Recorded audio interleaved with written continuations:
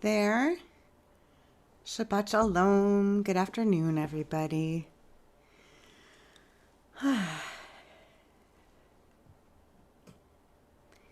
Almost getting to the feeling where we're back to a normalish Mincha Mari feeling time in Shabbat afternoon. Almost. As people gather to join us. Oh, my cat's joining us this afternoon. We are going to start on page 214 in Lev Shalem, begin on page 226 in the newer Sim Shalom, and page 558 in the older Sim Shalom.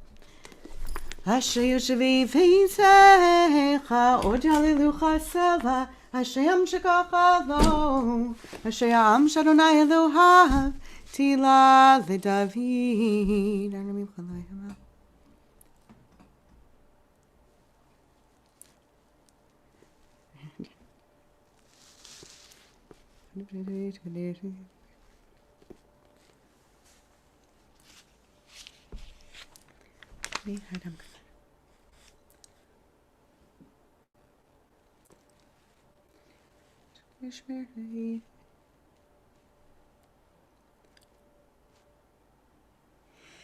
Tehillat Adonai yidaber pi vivarech kol basar shem kodsho leolam va'ed v'anachnu nivarech ya me'atav yad olam hallelujah. 216 or 227 or 560. Uva litzion goel ushavefesh Yaakov neum Adonai v'nizo briti otam hamar Adonai ruch yesher. Ve'ata kadosh yoshev teilot Yisrael v'kara zel ze ve'amar kadosh kadosh kadosh Adonai tzevahot meloch ol haaretz kevodo.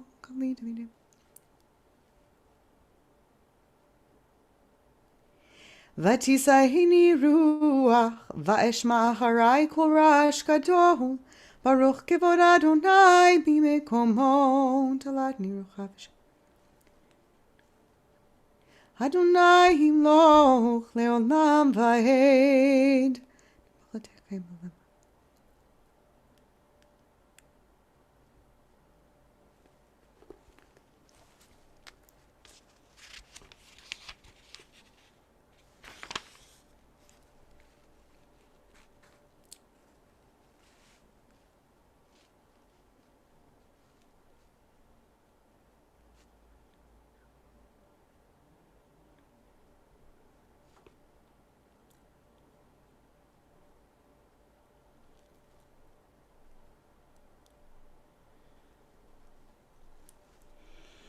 V'yivtechu b'cha yodehei shemecha ki lo azavta doreshecha Adonai Adonai chafetz lem'an tiko yagdil Torah v'yadir. So I'll set aside my siddur for a few minutes as we turn now to our Torah service, which is Torah learning, a little Torah chanting. Just this morning, we were reading from Parshat Va'era, which gave us the first half of our story from Pesach and the story of the plagues, the first half of our learning all about what rained down on Egypt, on Pharaoh and on his people and on us, the Bnei Israel, as we were living there in and under the reign of Paro. As I mentioned last week, and as I'll mention again, just since this isn't the part that makes it on the podcast, so I suppose unless you're a regular here, it's not boring to repeat it, and if it is, then sorry. But I still find it fascinating that we are counter the calendrical cycle of the holidays, right? If you're somebody who thinks deeply about where we are vis-a-vis how many days we are out from Pesach now and where we'll be this year at Pesach. It is just very strange that it's January now and we are right now in the depths of the Pesach narrative, where we are in what's called in the Christian tradition, they have a word for this, the lectionary, like where we are in every synagogue everywhere across the world in our reading. That's their word for where they are in church, not where they are in synagogue, obviously. But that's where we are in our Kriya, in our reading, but we won't be actually at at the Pesach holiday and where we are in our recounting, in our retelling, and our reenactment of the plagues for several months yet. And I'm bringing that up because our Torah study today is going to be on one of the commandments that's brought up in this week's Parsha, which isn't until the 13th chapter. So it's not what I'm about to read as a preview of the Torah reading, but it is in the 13th chapter in this parsha, which is Vehigadata Levincha, and you're supposed to tell this story to your children. And we reenact that at the Pesach Seder. But we actually do that twice a year, right? So the rabbis interpret that, eventually come to interpret that, as we'll learn today in our Torah study, as something that we are supposed to do and reenact in this thing that we do at our Pesach Seder. That's ultimately how we take on this retelling of the story.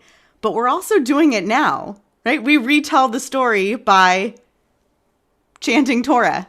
We're about to do it. So I'm about to tell you the story. So we're in Parshat Bo.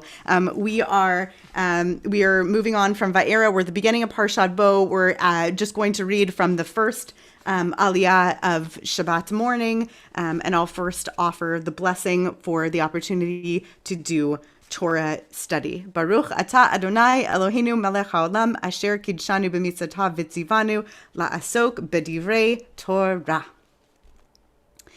Vayomer Adonai el Moshe bo el Paro ki hani chibadeti et libo v'et lev abadav leman shiti ototaye let bikir bo ulman tisaper beosnei vinecha uvin vincha eitz asher hitalalti b'mitzrayim v'etototai asher samti vam v'iratem ki ani Adonai v'yavo Moshe v'Aaron el Paro v'meru elav ko amar Adonai Elohei ha'ivrim Adamate mahanta leanot mipanai shalach ami vayavduni.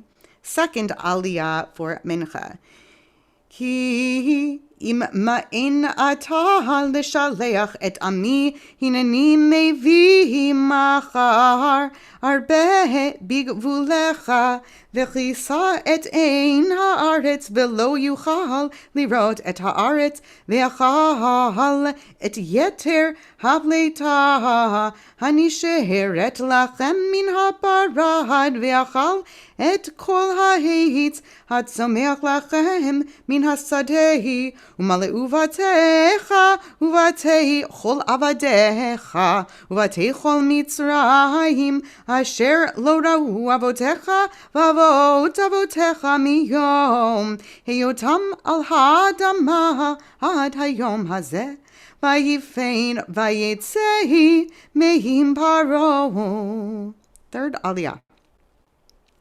Vayomeru Avdei Paro elav ad matai yeh ze lanu limokesh shalach et ha'anashim ve'avdu et Adonai Elohehem haterem et edah ki aveda ha'mitzrayim vayhoshav et Moshe ve'et Aaron el Paro vayomer alehem lichu Ivdu et Adonai Elohechem mi vami haholechim vayomer Moshe binareinu uvizkeneinu nelech vivenenu uvnoteinu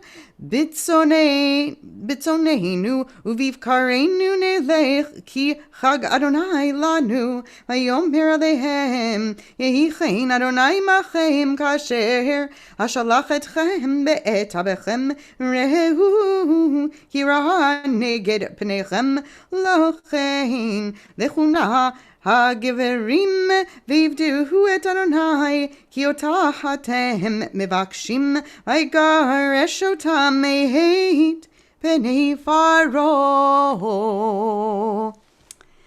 And if you want to know the end of the story, you have to come back next week or at Pesach, and then you can hear the end of that story too, because we're going to tell it again and again. Or you can just read Az Yashir like we do every morning. Before we close the end of our quote unquote Torah service for the week, I'll ask if there's anybody who is attending this afternoon who is marking a yard site and intends to have an El Male said in memory of a loved one who's calendrically showing up, their yard site is showing up this week. Is anybody here for a Male this week? Susan and Cindy. I think I even saw Cindy's name on here. Yeah. So let's have, you can unmute yourselves, I think, or have you unmuted? It'll just take a second. Cantor Tony, it's myself and my sister Judy. Judy Levy is here. Oh, Judy's here. Got And it. my mom, Joni Levy, is here. Tony's here. Yeah. So we're all here. The yard site starts tonight at Mariv. Do we do El Male now? You can do a Male now. That's okay. Yeah. Okay. Sure. Yeah, So Cindy's here. I don't know if she's here. why don't you tell us who the Male is for and share the Hebrew name? It's my dad, Yeah. Alan Levy, Mhm. and it's Aharon Ben Etaleva Tzvi. No, Vishmuel. Sorry. So Aharon ben Etalea Ushmuel. Aharon Zalman Uh-huh. Ben Etalea Vishmuel. Okay. I might have you give it to me again when I get there. Okay. Did I get that right? My sister just texted me. It's Aharon Zalman, so I fixed it. Aaron Zalman ben Etalea Vishmuel. Right. Okay, so if you'd like to stand, you're welcome to. We can imagine that you're holding a Torah scroll and we're down in Dorf Nelson Chapel, and you can think about his memory, and you'll see each other's faces, even though right now, for some reason, I just see Susan's face by happenstance on my screen, but I'm picturing all of you. We're Okay, all here. We're Okay. actually all on. We're here. okay. Hi, Mom. Hail Malei Rachamim, Shochin Pamiromim, Mamzei Menucha Nechona, Tachat Kanfei Shechina, B'malvot Kedoshim Utorim, Kizor Rakia Mazirim, Et Nishmat Aharon Zalman V'Netalea Ushmuel, שלח לעולמו בגן תהי מנוחתו, אנא בעל הרחמים, הסתירהו בסתר כנפיך לעולמים, וצרור בצרור החיים את נשמתו, אדוני הוא נחלתו, וינוח בשלום על משכבו, ונאמר Amen. And would any of your family members like to share a memory of your father, your partner, that's coming to mind right now? Judy or Mom, do you wanna say anything? I don't know if my mom can hear me. You wanna say anything, Mom? No, she's looking down. Like, don't look at me. I can't hear her. I don't think she knows how to unmute. Judy, do you want to say anything? Yeah? You gotta unmute. Can you unmute you? There she is. Thank you, Rabbi Torney, for allowing us to share. Of course. Just wanted to say that I was thinking about my father this morning as I was shoveling snow, and I realized that part of the reason that I like to do things like shovel snow is because it's a way for me to remember him and be close to him, because it's the kind of thing that he really, for whatever Minnesota reasons, took a lot of pride in taking care of the sidewalks. So thought I would share that because we had a snowy day in Chicago. Well, may his neshama and may his Twin City soul always remind you and come back to you in moments like that. And may your family be blessed soon, not just to have moments like this, but also moments of simcha that allow you to be back together again. I'm touched that you're able to be together to recall him.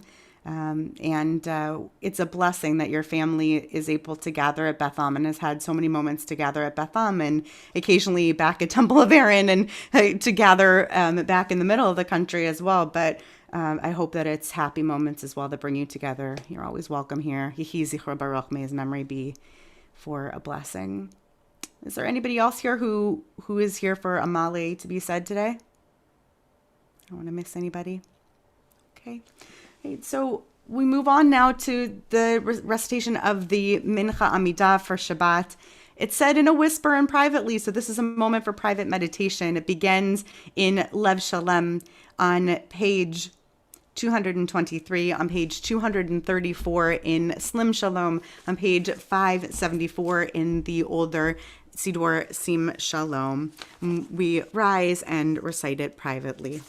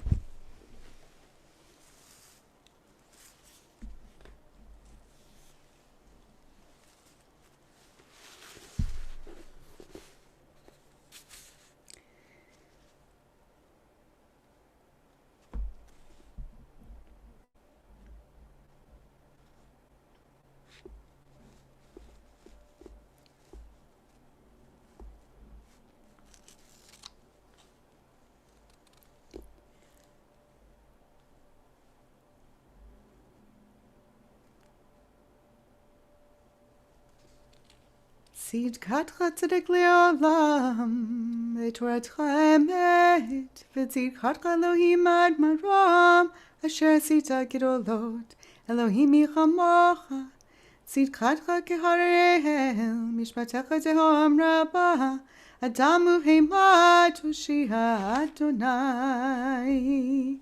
Remain standing or rise for Aleinu, page 281.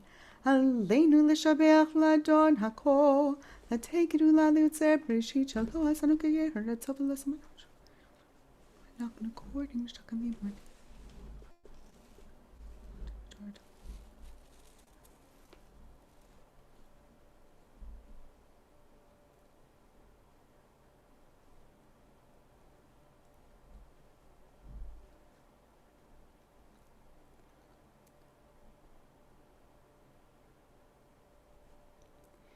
ככתוב בתורתך אדוני ימלוך לעולם ועד ונאמר והיה אדוני למלך על כל הארץ ביום ההוא יחיה אדוני אחד ושמו אחד. Mourners Kaddish, we're on page 232, 249 or 600.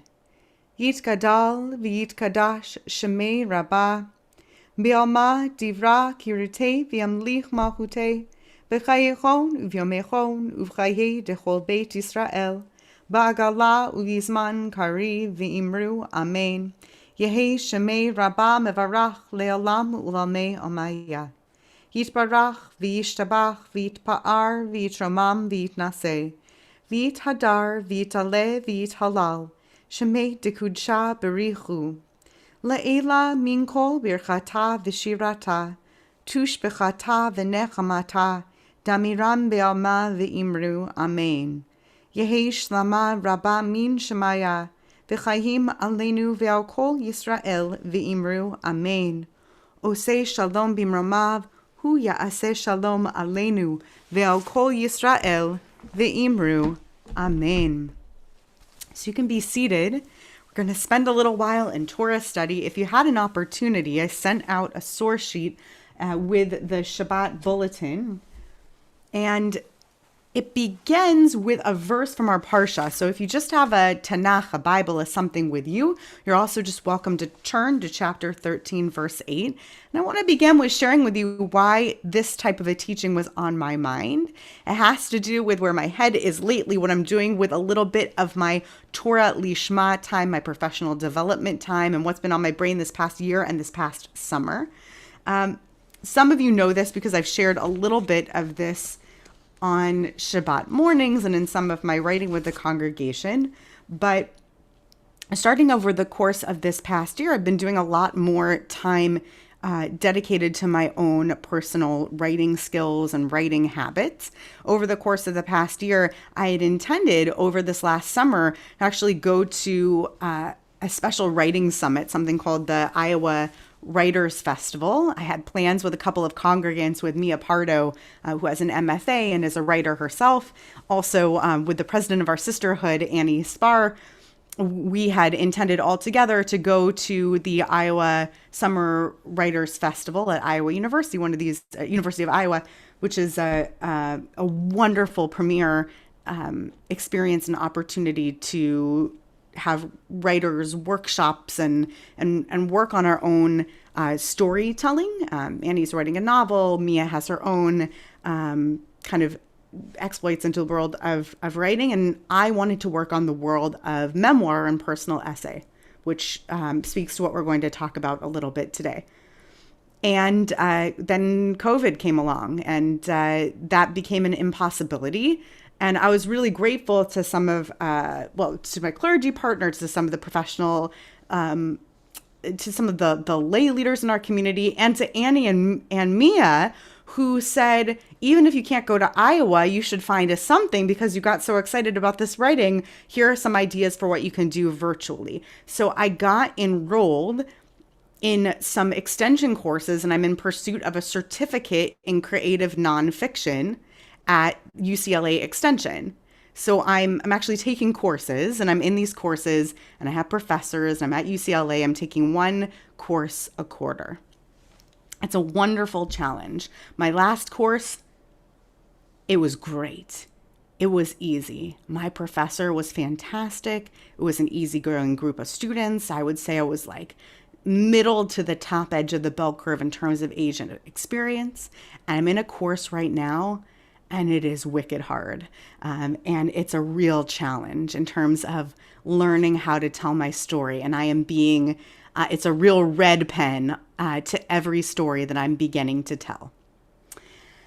Okay, so that's all about telling your own story and diving deep into your own story. And this has been on my mind. What is the value of telling your own story and diving deep into your own personal narrative? And that has been on my mind. What is the value and the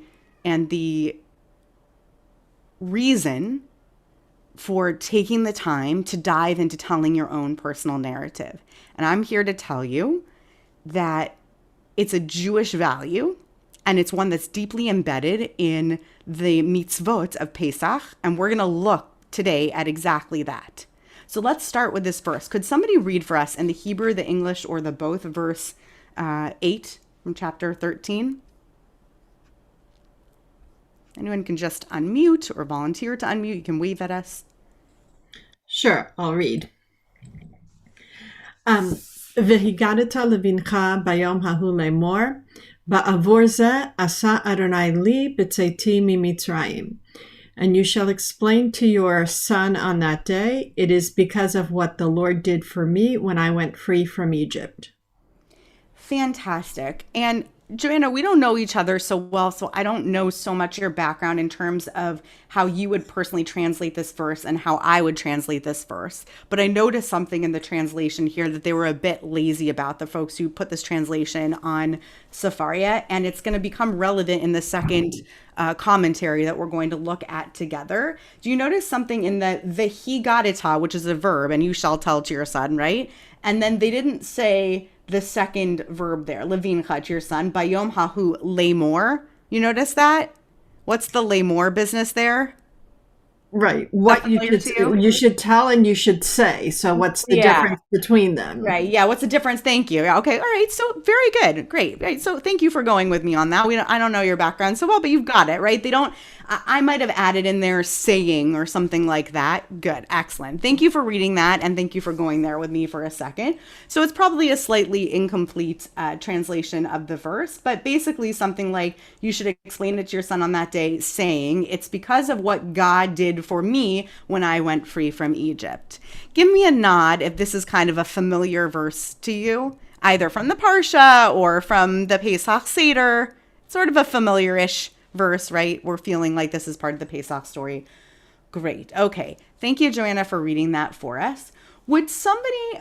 So I'm going to set up the Chizkuni for us a little bit here. So the Chizkuni is going to tell us the Vehigarita Levincha thing is directly connected to something that we're also, I bet, very familiar with. Now, I'm not going to get too into this here, mostly because we'd run out of time if I got here. But basically, my teacher, Moti Arad, who is a student of a certain school of thought when it comes to dissecting the layers of Pesachim in the Tosefta and the Mishnah,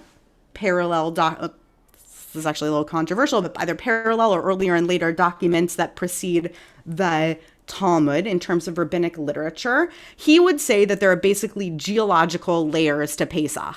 Okay? He'd say there was Pesach, it happened, right? That's the story in the Torah, like Pesach happened. And then later there's like the geological layer of Pesach where we turn it into a festival where we sacrifice stuff, right? And then later there's the geological layer of Pesach where we put it into this like Greek forum situation, right? Where we're all talking about it. And now we basically recreate that last layer. That's what we're doing at the Pesach Seder is we're reenacting that last geological layer. Make sense? So we're digging into all of those geological layers as we go into all of our Pesach rituals each year. So the Chizkuni is going to say that this is referring to a part of that topmost geological layer, this piece that has to do with the four sons. So can somebody read this piece of the Chizkuni that has to do with one of these, that topmost layer, that piece of the four sons? It's just an English reading. It's nothing too complex.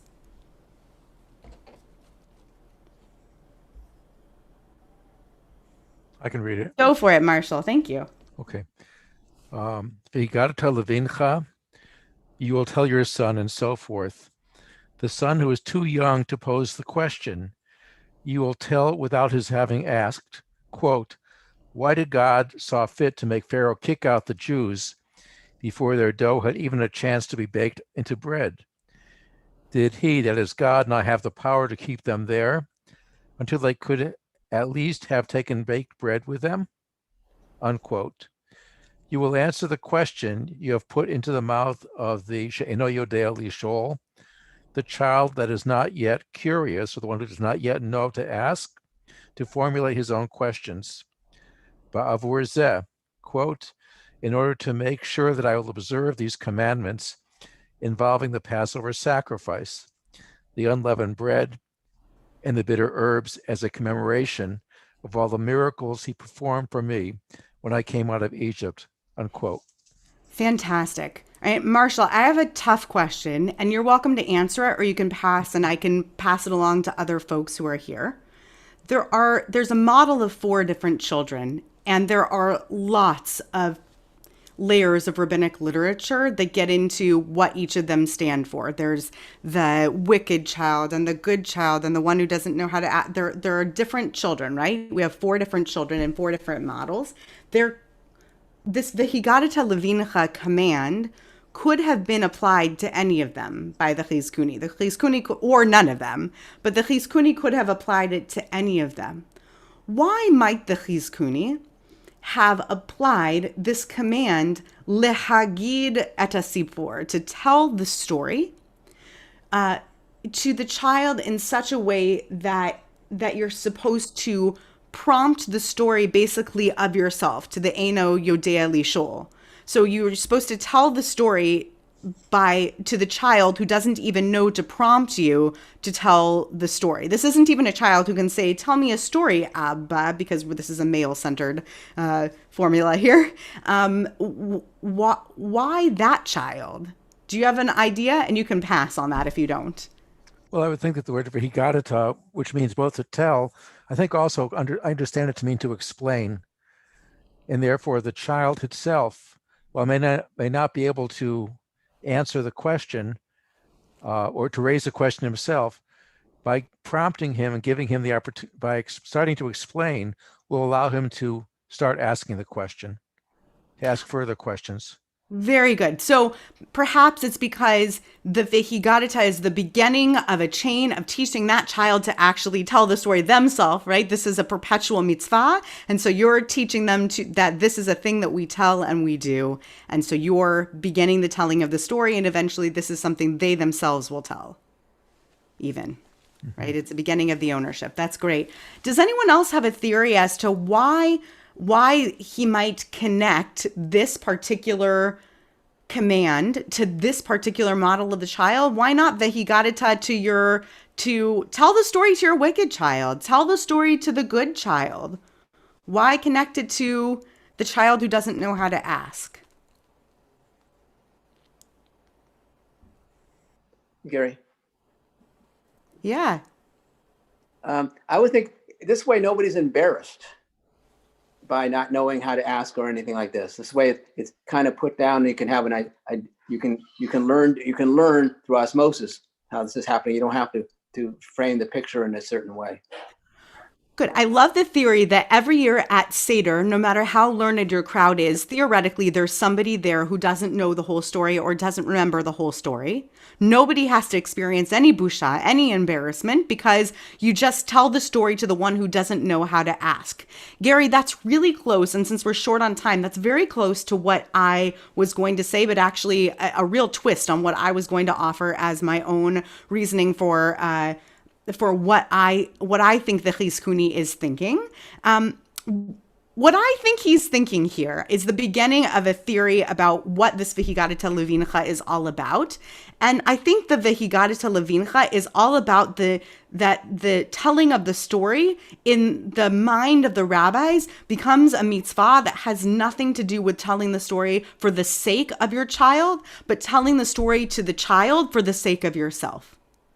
I think that the rabbis are interested in the story being told for the sake of the storyteller and not for the sake of the listener.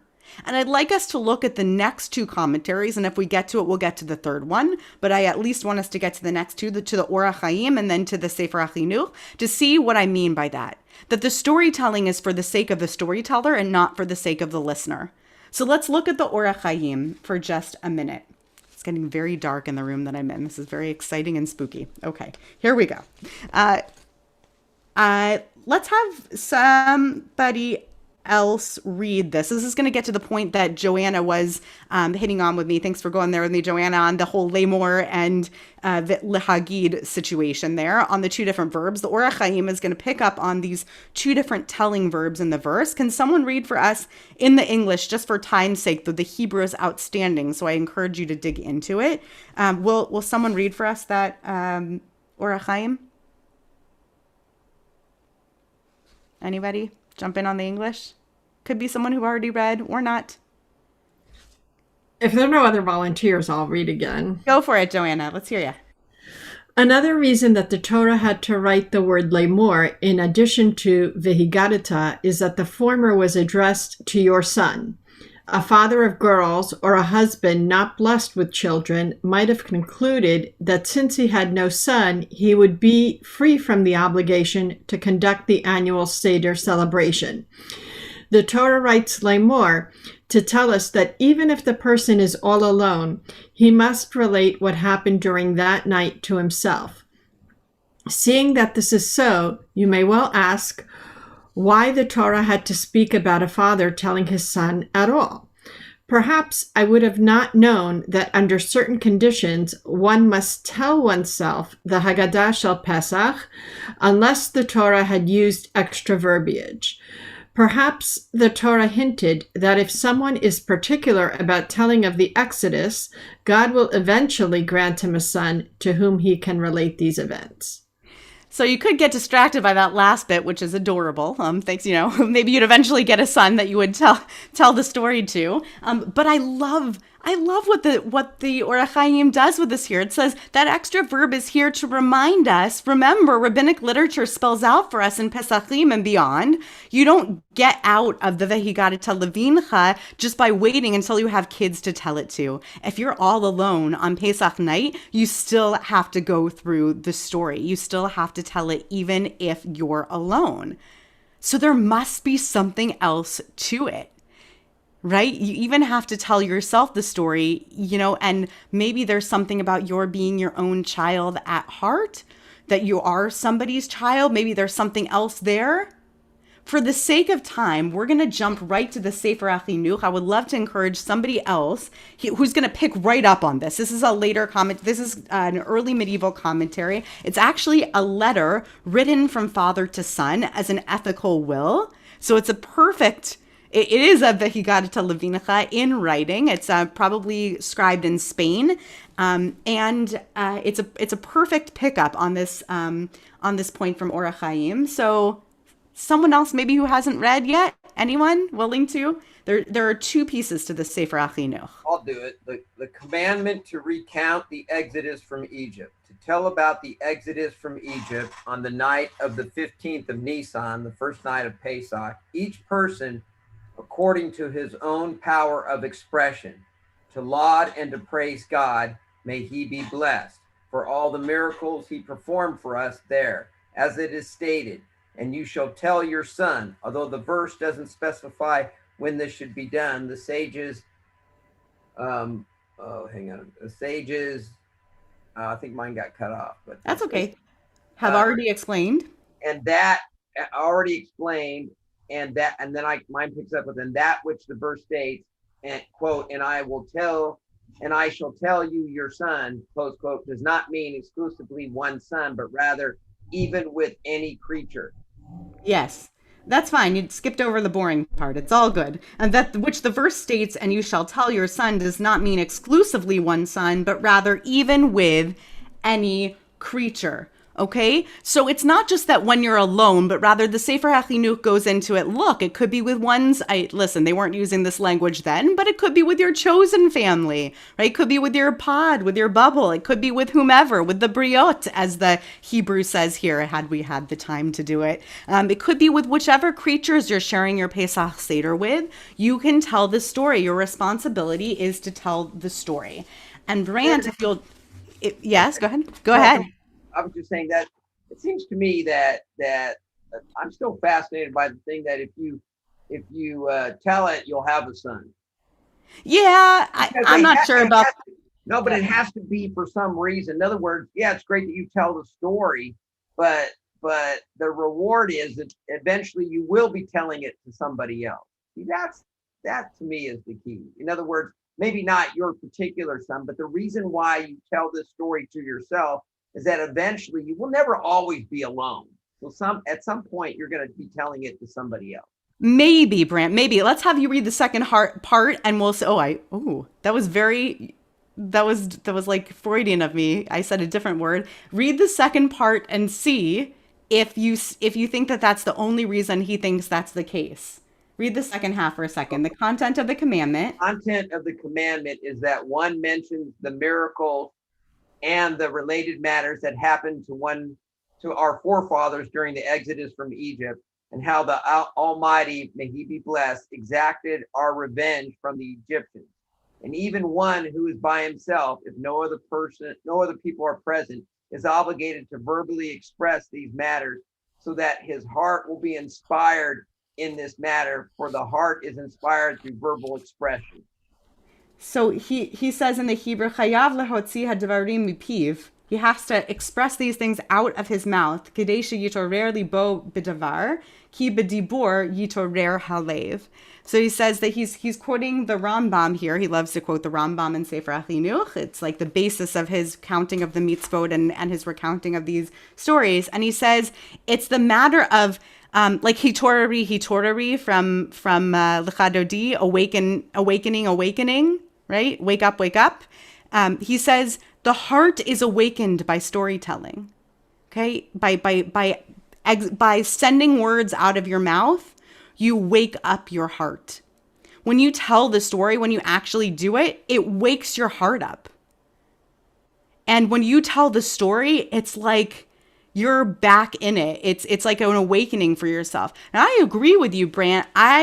I think that there's something about Jewish continuity there. I do think that there's something about keeping it fresh in mind. I think that probably the Orach Chaim really believes what he says when he says it. You know, I think he believes that there's something about you keep the story fresh in mind because someday you are going to tell it to your own children.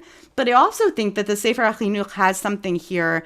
I think there's something about this idea that even if somebody were sitting all alone, telling a story, that it wakes them up. So I wanted to ask if there's anybody here who's ever had an experience like that of writing your story, telling your story, recounting an experience for yourself that's really done something for you. It might have been in therapy. It might have been in writing a book. I don't know. I was wondering if anybody here has ever had that experience or who's ever, maybe you've sat alone at a Seder and told the story. I'd love to hear that from you. That's why I rushed the last. But I want to say that as a result of during this COVID pandemic, I've been attending the daily Minyan on a pretty regular basis. And I hear a lot of mourners talk about tell the stories of the people that have influenced their lives. And I would definitely say that the heart is inspired through verbal expression.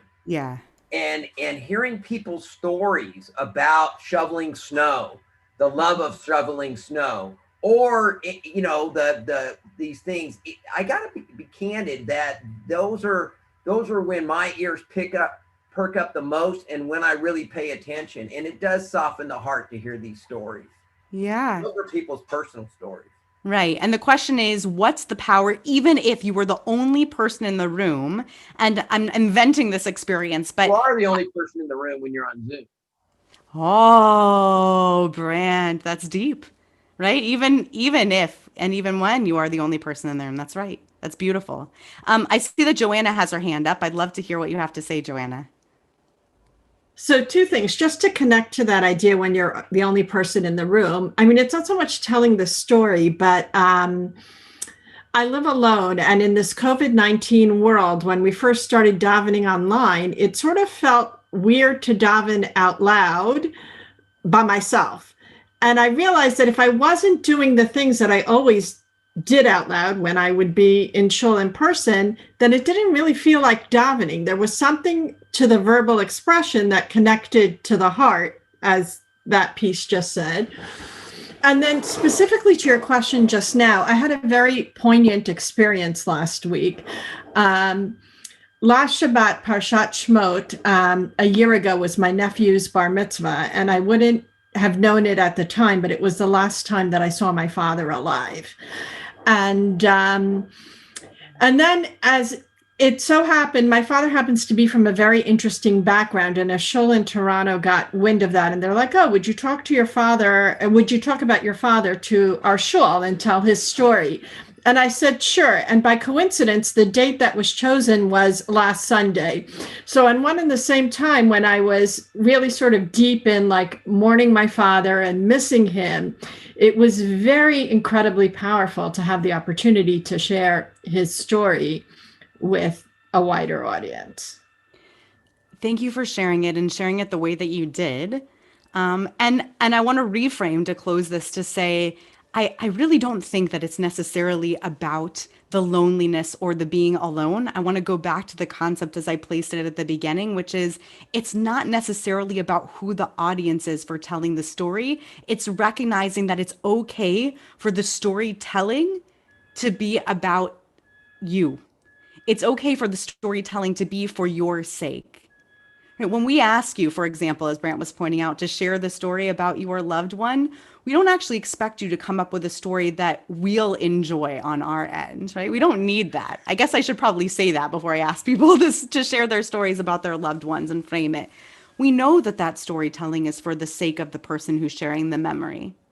And on Pesach this year, when you tell the story, remember this, that it's not necessarily that we we have a separate command that we should tell the story in such a way that it does land properly on the ears of each person who is there and present, and that we should teach each child according to their ways.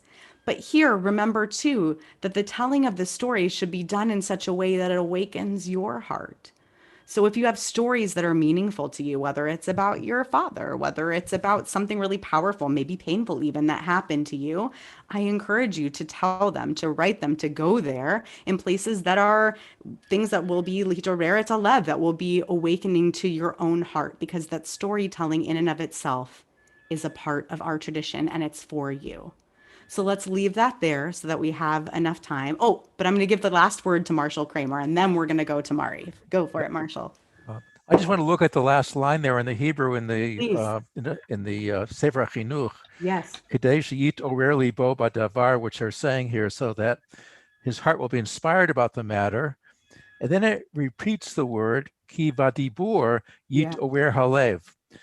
And actually, a copy I have of the Sefer Chinuch translation gives a different translation there for the word Lahit Orer, where it says, "For by speech the heart is aroused." Not that it's Ooh, inspired, but it's aroused. And aroused. we know this phrase from hit orari, Exactly. wake up. A hit orarut is waking up. So from a place of slumber, when the heart is in fact woken. That's right. Hitorari. So maybe next week when we're doing Lechadodi, you'll think of this and think of what stories you can tell to wake up your sleeping heart. Beautiful. Just beautiful. Thank you, thank you, thank you. So we begin Mariv. It starts on page, you can remain seated. It starts on page 264 in Lev Shalem. It starts on page 281 in the newer Sim Shalom, and 200 in the older one.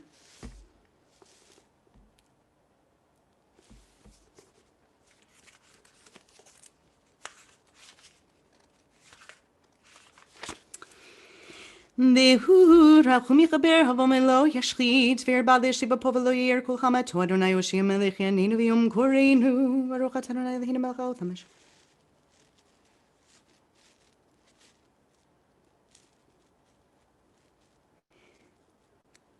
El chai v'kayam tamim lo chalinu le'olam vahid Baruch atah Adonai hamariv aravim.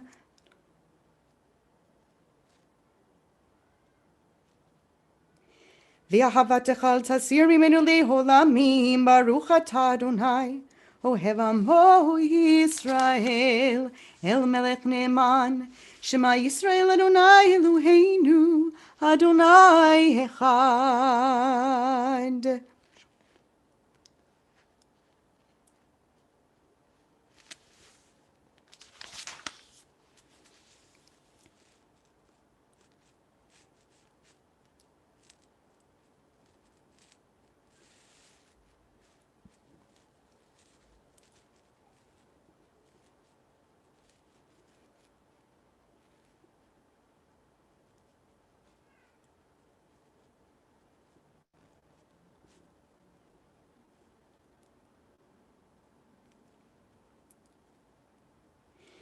Ani Adonai Elohechem asher tziti etchem me'eretz Mitzrayim l'lechem lahim Ani Adonai Elohechem emet.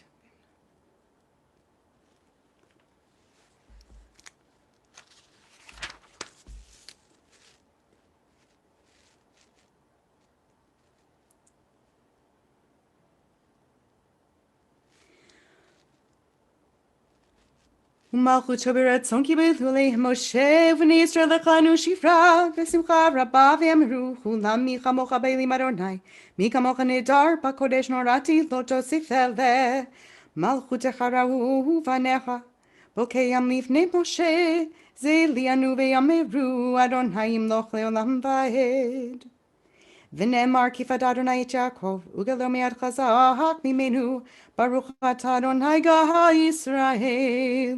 We're on 267 in Lev Shalem, 284 in the newer Sim Shalom, 206 in the older one. Hashki venu Adonai Eloheinu l'shalom. Let me do.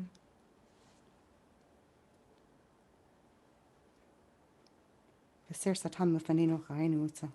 Kiel sheminu utza. Ushmor tziteinu v'oeinu l'chayim u'shalom mi'ataviad olam. Baruch atah Adonai shomer amo Yisrael lahad. Baruch Adonai le'olam amen v'amen. Baruch Adonai.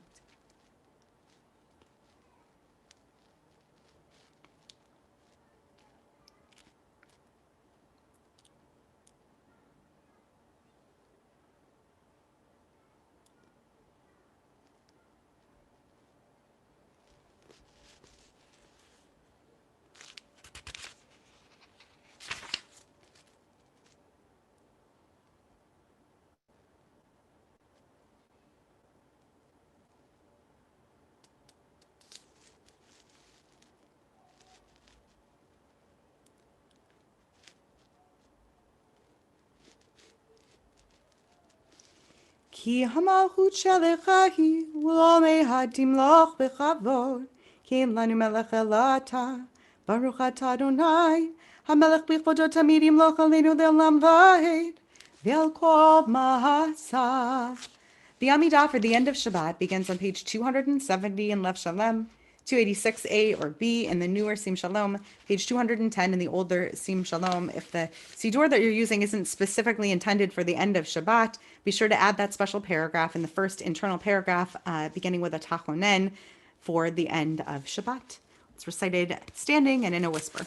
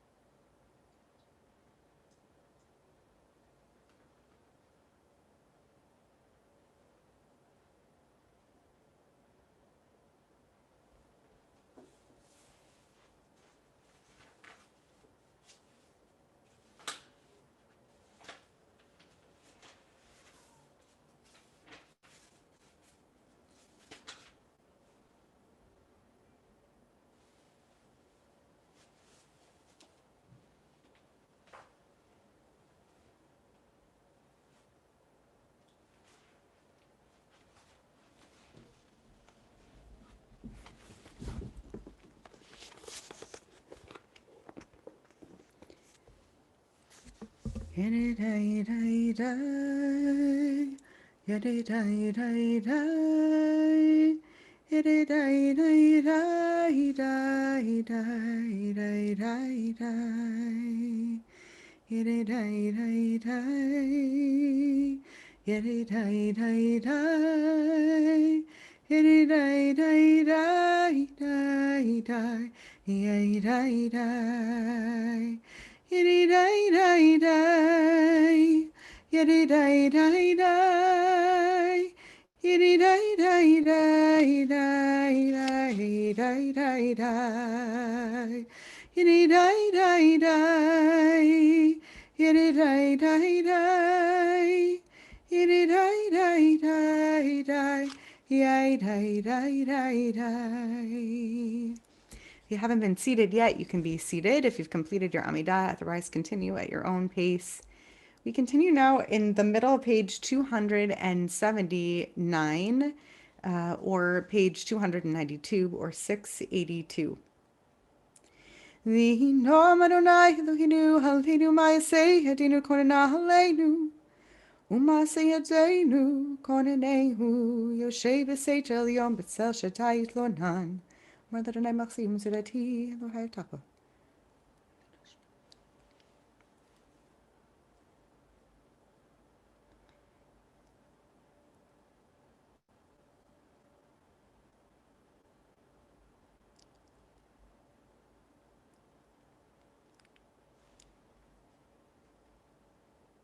Yikrein Hivinehu Imonachi V'Tzarach Aletzich V'Chadehu Orch Yamim Haspiyehu V'Yarehu B'Shuati Orch Yamim Haspiyehu V'Yarehu B'Shuati.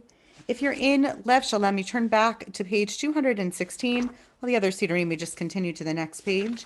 We're on the second paragraph on 216.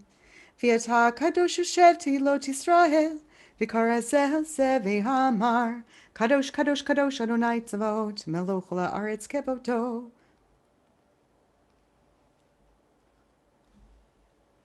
V'tisahini roch v'shma acharai kol rash gadol baruch kevod Adonai mimekomod. Adonai himvoch leolam v'hed.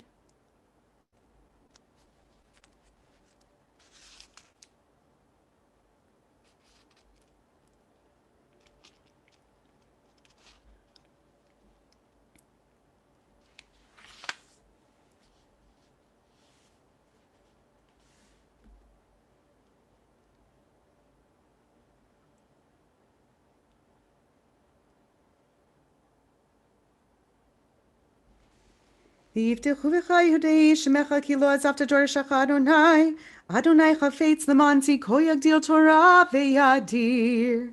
Turn back to 281, 297, or 696. Or Elena, you can rise or remain standing. I guess you wouldn't remain, I mean, maybe you're standing. We can rise or remain standing. Elena l'shaveha l'adon ha'kol l'tekedu la'thi utzer reishi chalo azanu k'yeretz. Anachnu kodem shakmin kakatu b'torah tovei b'aton.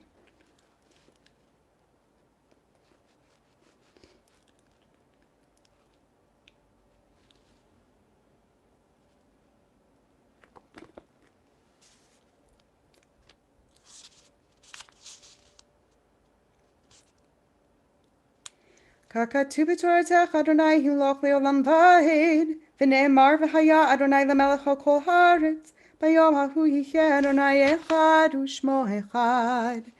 Since you're on my screen, Susan, would you mind leading us in Mourner's Kaddish since the yard site is this evening? Happily, hold on. Sure, take your time. Okay.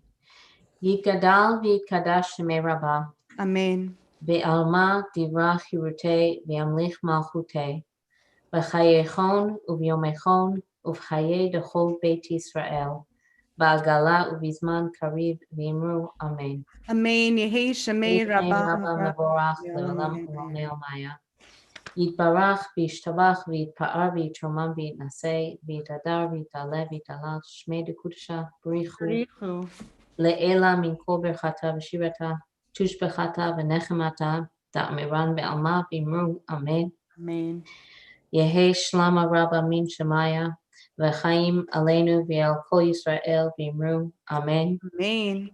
Oseh Shalom B'momav, Huya Aseh Shalom, Aleinu V'al Kol Yisrael V'imru, Amen. Amen. Yishar kochach. Thanks everybody for being present. If you don't go anywhere right now, you're welcome to go to Zoom out of Shabbat or Zoom into Havdalah, whatever we call it. But if you stay put for just about 2 minutes, I'm running downstairs to get my gear for Havdalah. I'll turn on the lights in the room so I'll become less of a shadow in my virtual background.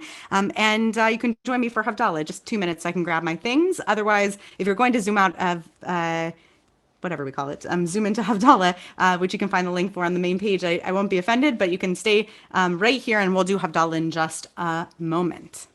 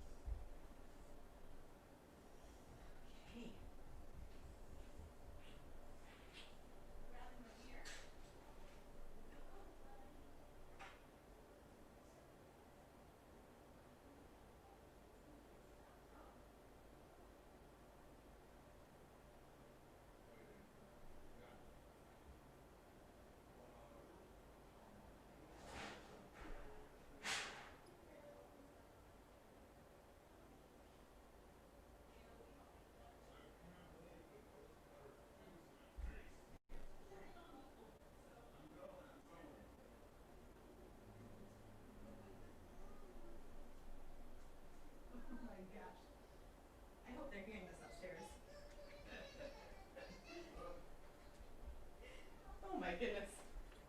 All right. I'm here. Oh good, there's still people here. There you go. This is the challenge of not being able to bring up this stuff before it's actually time. Okay, 1 second, I'll light my candle.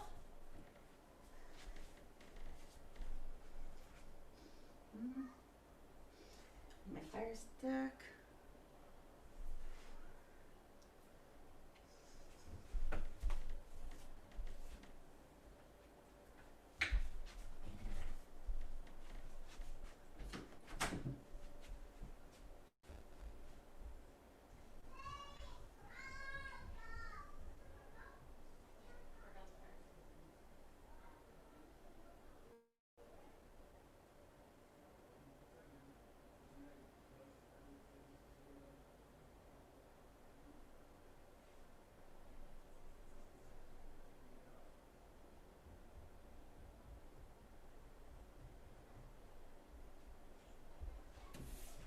Okay.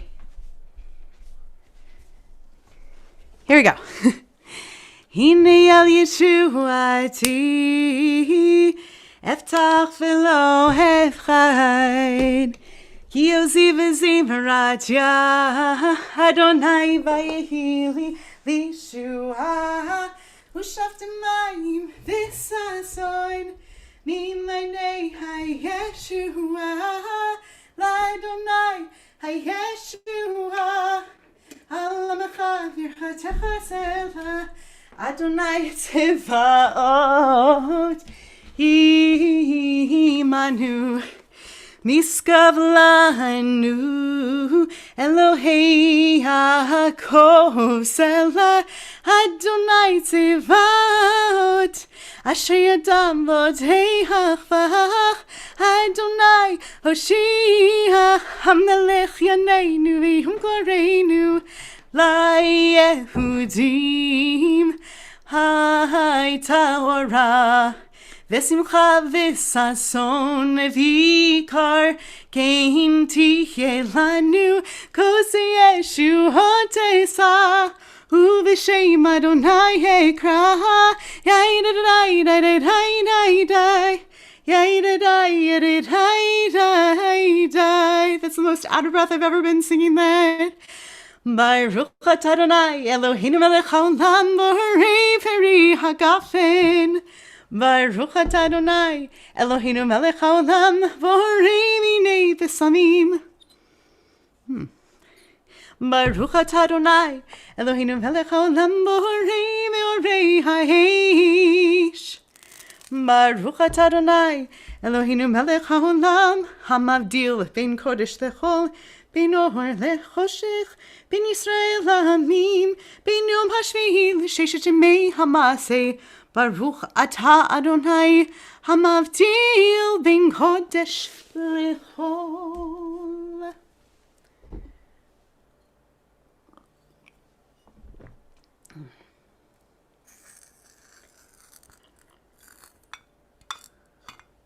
It didn't make a cool sound, but it did go out. Guess that's the important part. Okay. Hamavdil ben kodesh lecho, chatoteinu hu imcho, zarenu v'chaspeinu yarbe yarbe kachol, v'hakochavim balayla, zarenu v'chaspeinu yarbe yarbe kachol, v'hakochavim balayla. Here, I can pull up an instrument. Eliyahu hanavi, Eliyahu hatishvi, Eliyahu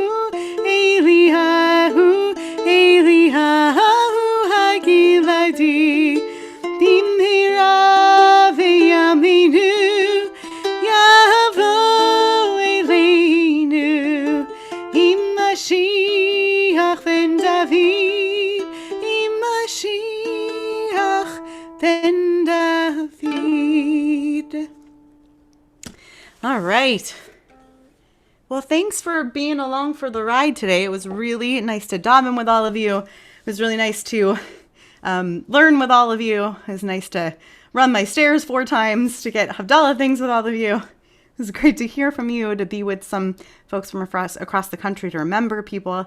We daven again at 8 in the morning with daily Minyan, and then tomorrow afternoon, sometime around 4 something. Anyone remember? I don't know. It says on our main website tomorrow, daily Minyan is at 4:40, and keep tuned to our bulletin for all sorts of upcoming things, including a Havdalah concert in 2 weeks at this time with Deborah Saxmans, who should be just wonderful. So Shavua Tov, everybody, and see you soon.